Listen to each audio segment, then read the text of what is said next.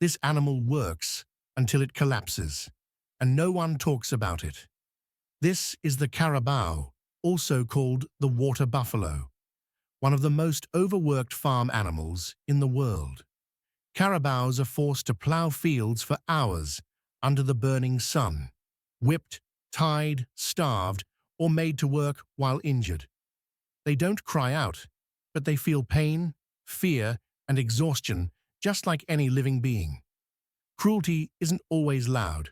Sometimes it's normalized, passed down as tradition, while animals silently suffer. A carabao doesn't choose this life. With humane farming, rest, clean water, and compassion, this suffering can stop. If this made you uncomfortable, it should. Be a voice for the voiceless.